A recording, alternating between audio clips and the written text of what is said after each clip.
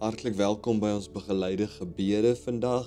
Ons kyk na Galasiërs 5 vers 25, so sentraal tot ons gemeente.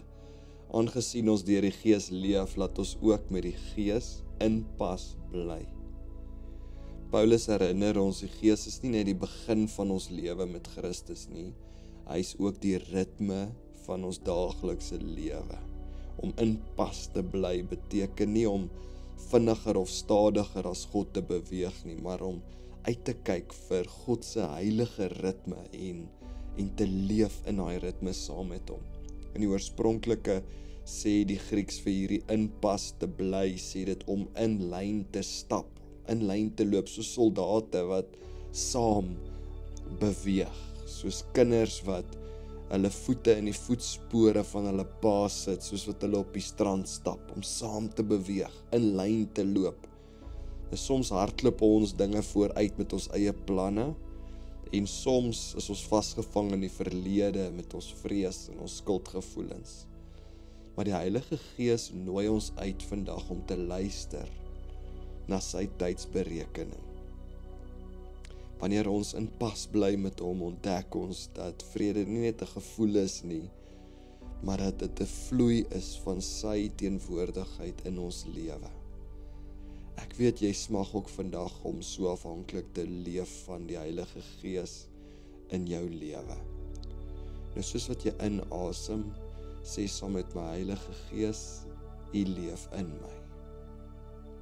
En soos wat jy uitasem, sê jy, leer my om in pas te bly. Kom ons doen dit 'n paar keer. Heilige Gees, U leef in my.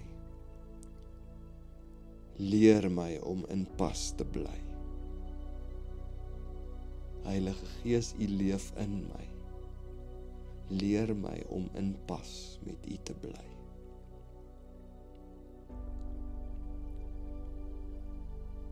Ek wil hê jy moet bid vir iemand spesifiek vandag wat jy agterkom uit ritme is met die Here.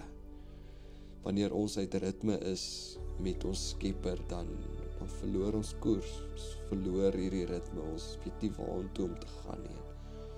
Ek wil hê jy moet nou spesifiek saam met my bid vir hierdie persoon.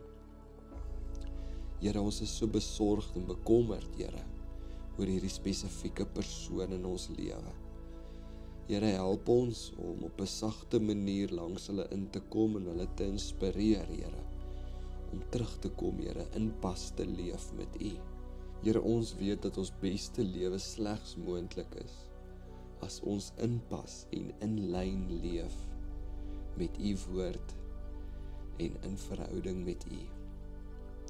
Here, ons kom dankie ook nou, Here, dat U ons kom herinner vandag om in lyn te leef, Here, in pas te leef.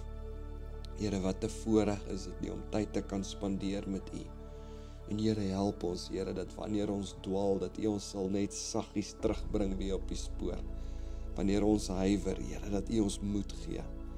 Laat ons elke dag, Here, in hierdie ritme wandel. In Jesus naam. Amen.